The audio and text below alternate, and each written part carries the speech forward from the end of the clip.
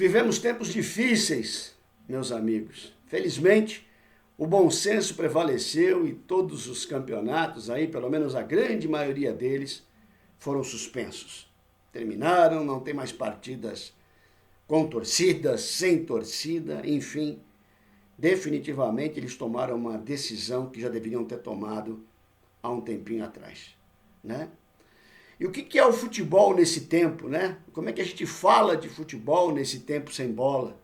Com tanta tragédia acontecendo, com tanta preocupação, com tanta apreensão, né? Com tanto medo que muitas pessoas estão passando com seus familiares, com seus amigos, né? Com relação aos seus trabalhos, com relação à sua saúde e com relação ao seu futuro. Realmente, a gente fica meio com o pé, né? Fora do chão, para tentar entender e passar por esses tempos extremamente difíceis. Mas, enfim, o futebol fica para a gente poder falar, para a gente poder distrair um pouco a cabeça, né? Para a gente tirar a cabeça das informações. Claro, devemos continuar informados, continuar sabendo tudo o que acontece, de que maneira todos nós podemos nos proteger melhor, né? Como cuidar dos nossos idosos, como cuidar das nossas crianças, como cuidar de nós mesmos, dos nossos entes queridos, enfim. E o futebol, ele fica nesse espaço, né, para a gente poder falar um pouco, tentar esquecer por um momento que seja essa dificuldade toda que a gente tem passado, né?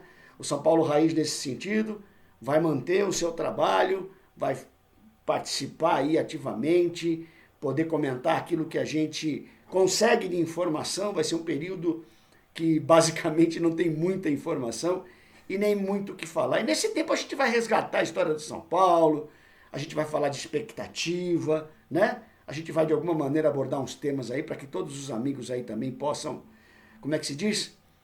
Esquecer um pouco, né? Esse momento difícil e essa tragédia que todos têm vivido.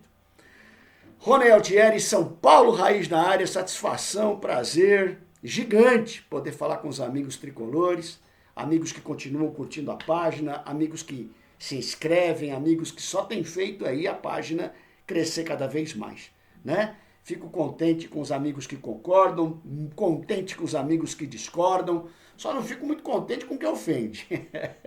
Mas enfim, a gente sabe que está vivendo tempos difíceis e isso, né, tem acontecido em larga escala e não é só comigo. Mas é tal coisa, a gente põe a cara na janela para tomar tapa e toma tapa, é assim que funciona, né?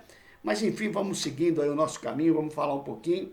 Muita gente já tem me falado, Rony, mas como é que vai ficar agora que a gente estava embalando, agora que a gente estava engrenado, né? Como é que vai ser quando voltar? Como é que vai ser tudo que vai acontecer? É difícil a gente falar e fazer previsão a respeito, né? É muito complicado a gente ter na bola de cristal alguma coisa que a gente possa falar para vocês de concreto. Primeiro, a gente não sabe quanto tempo isso dura, e a gente sabe que vai ser possivelmente uma coisa demorada, né? Segundo, que nós não sabemos como é que vai ficar o calendário do futebol brasileiro como um todo. Então a gente não sabe se tem campeonato que vai ser suspenso, a gente não sabe se tem campeonato que retoma no meio de outro campeonato, a gente não sabe se vai ser dado o título para um time de maneira simbólica. Enfim, fica todas essas dúvidas no ar, próprias do momento difícil que a gente está vivendo. Uma coisa é certa, pessoal, agora que a gente estava embalado, poxa, agora vai parar o embalo e quando a gente voltar vai ser muito mais difícil. Eu vou trazer um pouquinho de história, e o São Paulo Raiz sempre traz um pouquinho de história para a gente fazer essa ponte, né, entre o passado e entre o presente do São Paulo, até para entender o futebol com um pouco mais de profundidade. Eu me lembro bem que em 1994, o São Paulo pega o Palmeiras pela Libertadores da América e antes da Copa do Mundo de 94, o São Paulo joga no Pacaembu com o Palmeiras. Meu Deus do céu, foi um dos maiores sufocos que eu vi o São Paulo tomar na história do São Paulo Futebol Clube.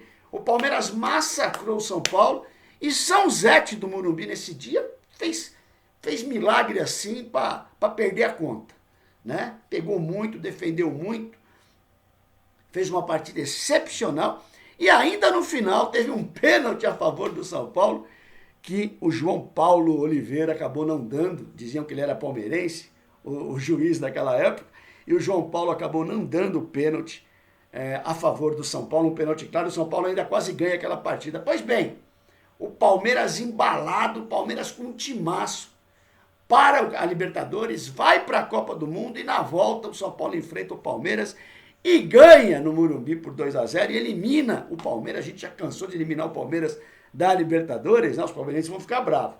Mas o São Paulo mais uma vez, ou seja, a parada acabou ajudando o São Paulo. A paralisação durante a Copa do Mundo acabou ajudando de alguma maneira o São Paulo Futebol Clube, que seguiu em frente em 94, né? Pois bem, nós tivemos também um outro episódio, agora recentemente, muitos de vocês vão se lembrar, é claro, com o Aguirre no São Paulo, né? O São Paulo que começa a se construir uma campanha interessante antes mesmo da Copa América, mas no pós-Copa América o São Paulo vem arrebentando e vem atropelando todo mundo. O São Paulo bate o Flamengo, bate o Corinthians, tropeça no Grêmio, mas ganha do Cruzeiro, ganha do Vasco, ganha do Sport, ganha da Chapecoense, meu Deus do céu. O São Paulo fez uma sequência sensacional no pós-Copa América, né? Na paralisação da Copa América, o São Paulo vem com tudo. Depois o São Paulo tem aquela queda, né? Tem um empate contra o Paraná, que estava caindo em Curitiba, que não tem explicação. Ganha do Ceará no Morumbi 1-0, uma tarde feia demais. Um gol de Bruno Pérez, por onde andará Bruno Pérez?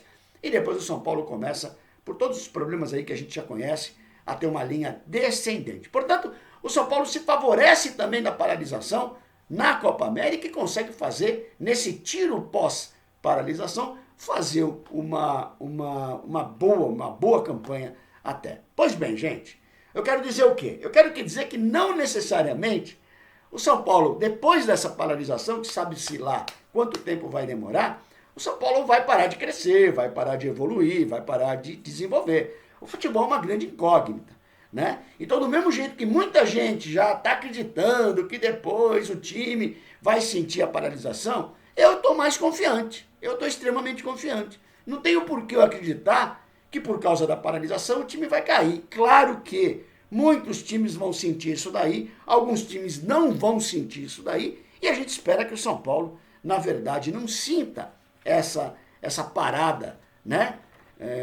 Por força muito maior, muito mais séria do que acabou sendo essas duas que eu citei para vocês, né? Nós estamos falando de saúde, nós estamos falando de dificuldade econômica, nós estamos falando aí não só de um momento, como um futuro que pouca gente sabe o que vai acontecer. Então, assim, é um momento de muita apreensão. Eu confesso a vocês, né, talvez seja aí mais velho que muitos dos amigos que estão daí do outro lado, eu poucas vezes consigo me lembrar na minha vida de um momento tão apreensivo, de um momento tão angustiante e de um momento tão difícil.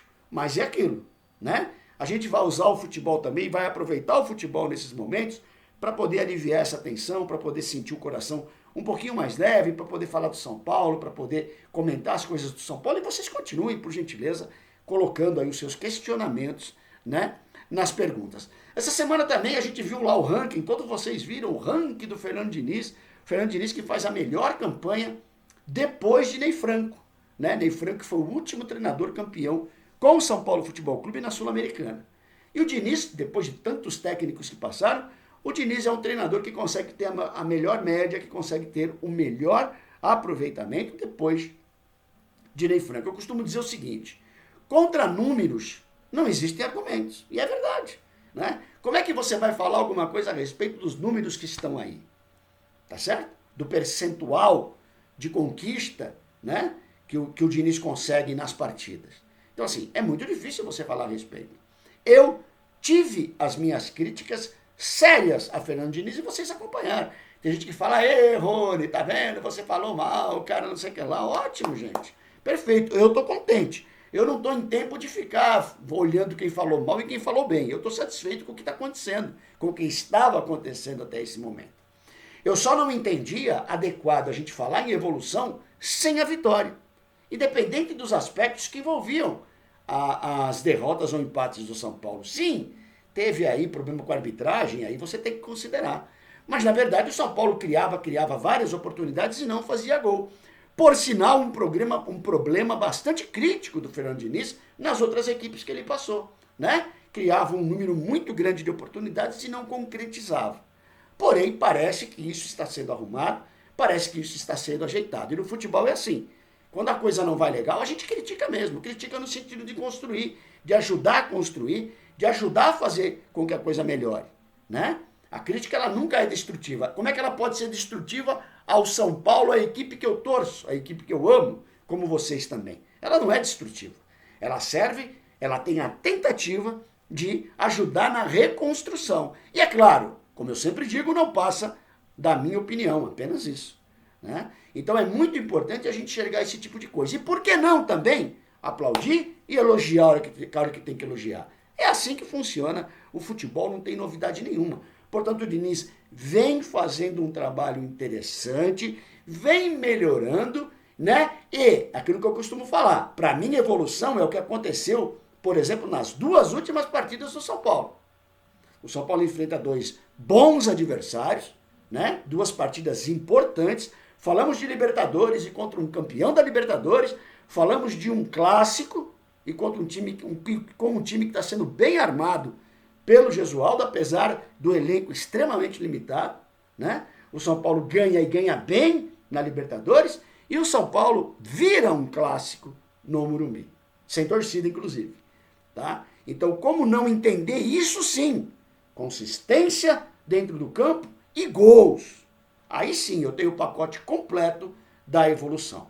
Claro, nós vamos ver agora, quando voltar, e a gente espera que volte logo, que esse problema esteja logo resolvido, que as pessoas possam passar por isso da melhor maneira possível, com as menores perdas possível, né? E por perda a gente tem uma série de aspectos que poderia citar, né? Que a gente possa passar por tudo isso e possa erguer a cabeça e continuar em frente, gente, porque não existe nada mais importante do que a saúde, né? Da gente e dos nossos entes queridos, assim como vocês também, tá? Eu queria mandar um salve aqui pro Sérgio Shimabukuro, que está em Saitama, no Japão, o Raiz Internacional. Muito obrigado, viu, Sérgio? Prazer gigante aí. Um grande abraço para São Paulinada aí do Japão. O Bruno Martins, que está no Guarujá, assim como meu querido Wilson Gonçalves, no Guarujá. Linda Guarujá, deliciosa Guarujá, no litoral paulista. O Júlio Hotel, pai e filha, né? Sempre com a gente, parceiraços também do Raiz em Osasco. Paulinho Professor Bressani, em Bragança Paulista, grande Paulinho Bressani, gigante Paulinho Bressani, e o Rafael Rossi, da CBN Rio Preto, também raizeiro, e que está em Cedral, capital de Birá, lá no interior de São Paulo. Gente, um grande abraço, se cuidem, né? Evitem sair de casa e a gente volta para falar do nosso amado tricolor. Avante, tu és forte, tu és grande! São Paulo Futebol Clube, Rony Altieri, São Paulo Raiz na área, gente. Um abraço.